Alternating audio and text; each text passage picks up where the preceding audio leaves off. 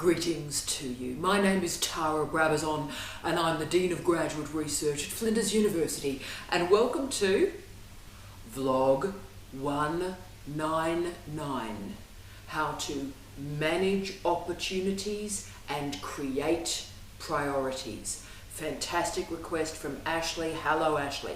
After I produced that vlog on how to manage being overwhelmed, Ashley sent me a really powerful and brilliant email about, okay, well, I'm feeling a little more in control now, I'm not overwhelmed, but how do I sort of make those opportunities and create priorities? How do I move forward in my career for my future? And that's a brilliant vlog request, so here it is. And why that's so important, I think, is when we're thinking about opportunities and priorities, it's about us understanding who we are and creating that balance between our private lives, our private responsibilities, and our public lives and our professional future. So I'm so glad that Ashley did something brilliant. And I, again, would never have thought of this. She linked up opportunities and priorities. Because, of course, the best opportunities in the world are wasted if you can't do anything functional or useful with them. So I always compare opportunities and priorities like, okay, well, you have an opportunity of traveling in a really, really posh car. That's a great opportunity. But if that posh car is going in the wrong direction and not reaching your destination, priority, then that opportunity in the posh car is, you've guessed it, wasted. So actually we need to start with priorities rather than the opportunities. I often think about priorities as a window, and we need to open the window of the priorities so when an opportunity comes, we can reach through the window and grab it. This was a fascinating vlog to research. The research materials, they're pretty uneven. And I think the challenge with the priorities literature is everybody's priorities are sort of different. So how do I gather all of that into the vlog today? And the challenge of that is, I suppose, is I'm aware your priorities are different from the priorities of your mates, your mum, your dad, your kids. Your priorities are different. And of course, your priorities are different from mine. So how do I construct something that's meaningful for all of us today? And look, priorities do move and transform through your life, but also through your age, your family responsibilities, where you live, your regional responsibilities, your work-life balance, if you want to use that cliche, but also your capacity or desire to move geographically, move intellectually, move emotionally. Your priorities probably are different from mine, very different from mine, but what I'd like to offer in the vlog today are two premises, two ideas, two priorities for your consideration. And I've maintained these priorities since I was 24 years of age, and I'm so much older now. So all the other sort of priorities in our lives do change as we age often. But these two I had when I was doing my PhD, and I have these priorities to this day. So see if they are useful for you. And I wanted to focus on these two priorities because they create real outcomes for your future.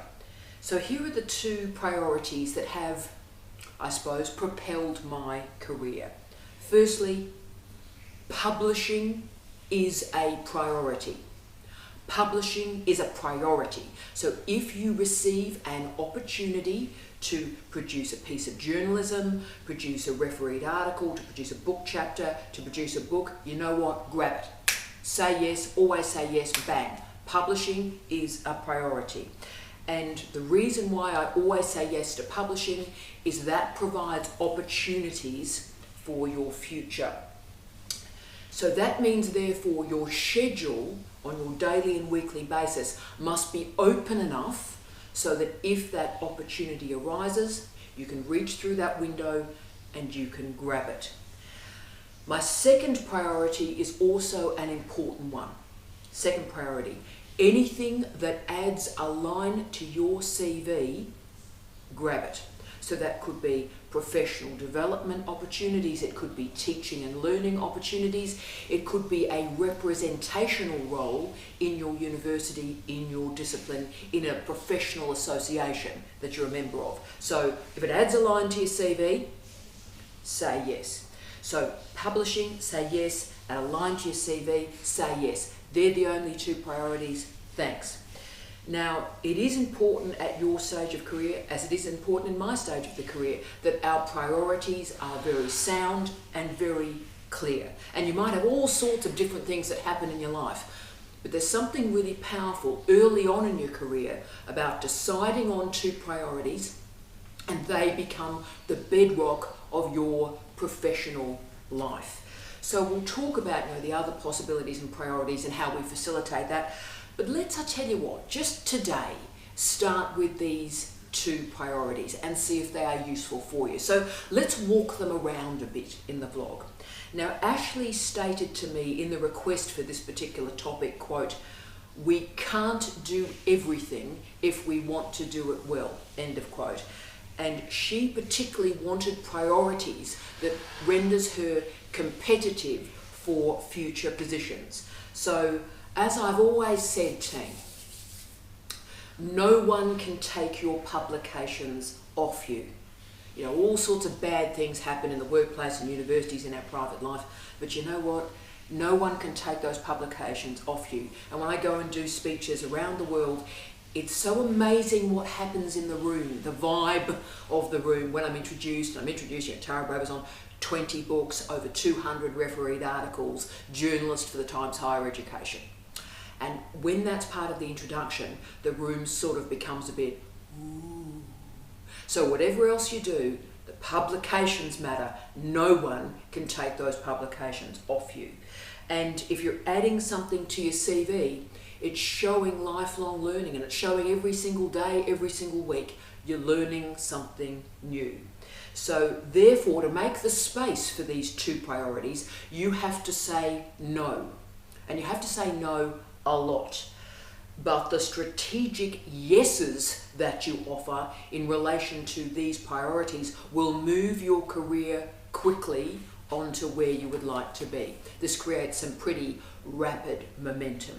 So recently, for example, I'll just give you an example about how this operates even for me at my stage of my career, close to death.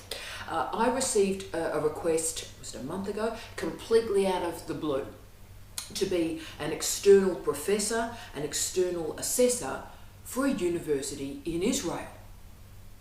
Now, I had no real relationship with that university or the people I was being asked to do a review of, no relationship at all really, but I was asked. And what a great opportunity that was, because it gave me an opportunity to look at the Israel university sector, which to my embarrassment I didn't know enough about. So it gave me that learning opportunity. And I got to see how tenure and tenure committees operate internationally and what tenure looks like in these interesting nations. So that was a great experience. I said yes, priority as aligned to my CV. I said yes, I really enjoyed it. And I learned a great deal, and I really saw a professional university organisation too. So I learned a lot as a leader, as a manager, and I learned a lot as an academic. And also it was service to my particular profession, which again is always important to do. So I said yes, I added a line to my CV, I learned a lot, winning. So as you can see, priorities are frames. Priorities are a structure. If you think about it, you put a frame around a painting, and what the frame does is it draws your eye to the painting rather than the very attractive wall next to it. That's what frames do. So priorities are a frame. They draw our vision, our gaze, our agenda, and they shape and they focus us on a daily basis. So if I can move from a metaphor to a simile, priorities are also like a vacuum cleaner of your career. Most of us in our daily lives have lots of dirt and weird stuff and bonker stuff, and just sort of clutters our mind and our house, and it's just a nightmare, our desk. And so what priorities do is they're like a vacuum cleaner, and they hoover up all the weird stuff in our life, and therefore we can see clearly what actually matters. So if your priorities are clear, then you can make decisive decisions on a daily basis that connects priorities and opportunities. So the next question is the tough one. Well, how do you discard the irrelevant stuff? How do you even know what the irrelevant stuff is? Well, I use a few strategies. Firstly, does this opportunity repeat what I've done in the past? And if it is repeating something that I've done in the past, I say no. So I've added a line to my CV. Would I be on the tenure committee for that university in Israel again? No, because I've done it, I've used the opportunity, thank you very much, moving on. But secondly, does this opportunity stop me from finishing something important? So it might be, in your case, the thesis, or in my case, an article or a book. So if that particular opportunity stops me from finishing this priority, I say no. And they're the two ways you can clean up your environment. So if you want your life to be different in a year's time, if you want your career to be different in 1 year's time, then you need to work out what those priorities are and then think backwards. What do you need to do? What do you need to clean up so that those priorities are priorities and you can reach opportunities? I've always said the most radically amazing thing you can do in your life, the most radical strategy that you can ever enact in life, is to live in your present moment. When people ask me, how do you define radicalism? How do you be radical, man? Live in the present. Because so much of what nostalgia does is create sort of this hope and this desire for a past that never existed, and fear or worry about a future that we have no idea what's going to happen, so why worry about it? Yeah. So what we need to do in the past and the future, flood your present. Actually clear out the past, clear out the future, and focus on your decisions in this moment, in the present. And if you occupy your present and your priorities are clearly constituted, which are, of course, adding a line to your CV or saying yes to a publishing opportunity, then all of a sudden you can make very clear decisions in your present. Right? That fulfills those two priorities? Yes. You've made a clear decision. It's moving you forward in your life. That's not a priority. That's not moving me forward. No. So you're living in your present and making clear decisions. No hangovers from the past, no dreams about the future. So what you're doing is focusing on each choice with consciousness and removing the gonna, coulda, shoulda. I'm gonna do this, could do it, should do it, right? Removing all of that stuff, do or do not. Yoda was right, yeah? I'm in the present, I'm making a decision, thanks. So when we clean up our context, we're removing that busy work. And of course, busy work are wastes of time. Busy work is not a priority, right? We need to be efficient, and once we're efficient, an effective life can emerge. Now, all of these decisions emerge through clarity. And the great question for people, I think, particularly from students, is how do I create that clarity today in my decision making? Well, I sort of have three strategies, three questions I go through if things are getting a little bit messy, and I use them and they're pretty successful. Question one, are there parts of my life, are there people in my life that bring me down, girlfriend? I often call them the sinkhole people and the sinkhole situations. So have you got sinkholes in your life where things are sort of bleeding away and it's all a bit weird, right? Second question, name those situations and name those people. Be clear, what's causing the problem? Name it, label it, claim it. What is it? And then three, can you either, and you've got three choices, change your perspective on those people or on those situations, remove them from your life, which is always the best solution. So you either just sort of go, well, look, this is how it has to be. I'll reframe it and think about it a different way. Second way, best way, just cut them away from your life. So if it is a sinkhole, then, stand away from the sinkhole, move in a different direction. Or thirdly, of course, find a way to compartmentalize it. So this is a sinkhole thing that I have to do on a daily or weekly basis. And you know what? I'm going to do that, but I'm going to compartmentalize that into a half an hour, do it efficiently and quickly, and then get on with the rest of my life. Okay, so as you can see, priorities create outcomes. And if you're spending your days or your weeks or your months or your years doing a day, spending the time, and you're not producing an outcome, then you need to change the decisions that you're making every day. I hear so often from students, and I always stop them when they say, oh look, I've worked all day and I can't really see what I've done. That's a problem. You need to make different decisions in your day so you can see what you've done. Remember, it doesn't matter how slowly you progress, as long as you are getting that movement and momentum. The point is, do one experiment at a time, read one article at a time that produces this research, one training session at a time that produces this line on your CV. The goal is momentum. The goal is moving forward. The goal is movement.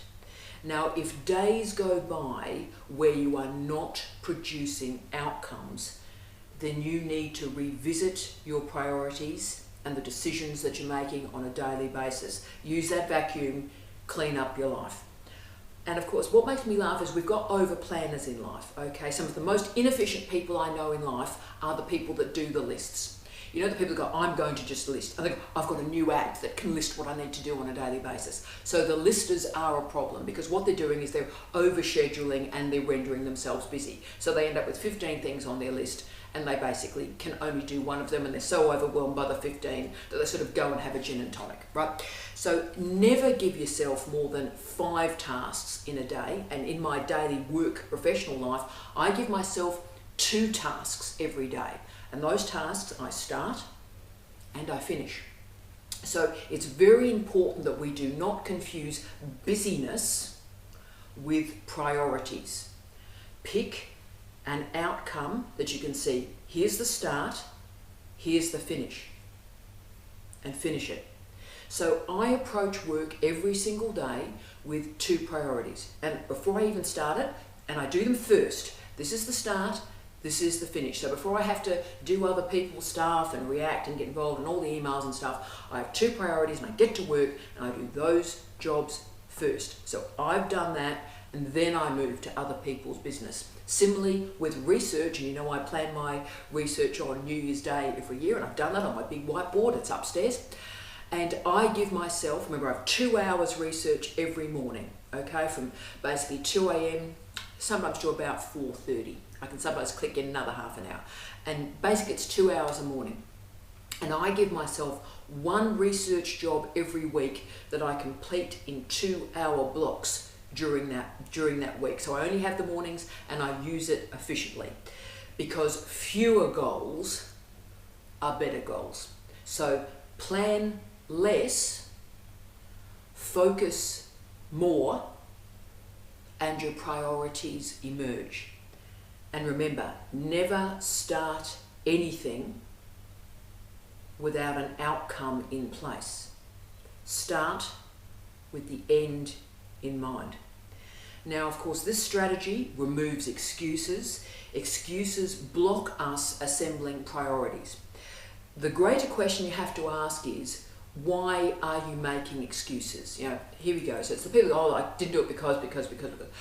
Excuses are not serving you. But you have to ask yourself, what is the function of an excuse? Does an excuse exist so you don't actually have to produce an outcome? So if your goals are clear, your intentions and motivations to complete them are clear, then your priorities suddenly reveal themselves. So all of this is about simplicity, not busyness. And as Ashley has said so evocatively, and she's right, no one can do it all. We all have 3 resources: time, energy, and focus. And simplifying the systems that operate in homes, in workplaces, in your family life, in your PhD, transforms everything. Automate what you can, remove from your life what you can, and create stability in 99% of your life, create a stable life, and then for those 2 priorities, you can create movement and energy and dynamism. And remember, prioritization is not about working all the time. In fact, it's the exact opposite. It's using work time with great efficiency. It's making sure there is family time and leisure time, and yes, indeed, even thinking time. Remember, never more than 5 tasks in a day, aim for 2, and plan what those priorities are the night before. So when you wake up, wow, it's amazing. You can start with energy. So I wake up at 2, I have a shower, get myself a cup of coffee, get into my office, put the laptop lid up, there's my work, and start. It's amazing. So don't waste a minute. Focus. Focus. Planning these finite and definitive tasks means that you're not reacting to others, because part of what goes wrong in life is this happens and you give yourself time to do that, but do your priorities first and then deal with the reaction of others, okay? Put your own mask on first before assisting others. Great metaphor for life. Meaningful work ensures that you select opportunities that enable your career and your CV. Always remember though, be clear about what you can control. And this is the trick. Your priorities must emerge from what you can control. And when the priorities and the control converge, that's your focus. Thank you, Ashley. I wish you love, light, and peace. Tea out.